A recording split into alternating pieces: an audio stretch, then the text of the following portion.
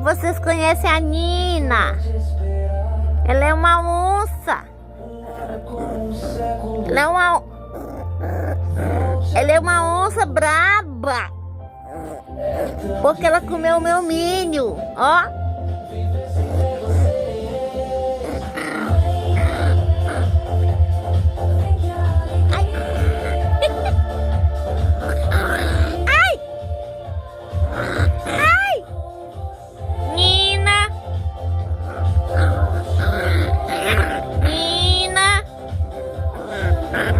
Olha o bucho dela, ó. Olha o bucho.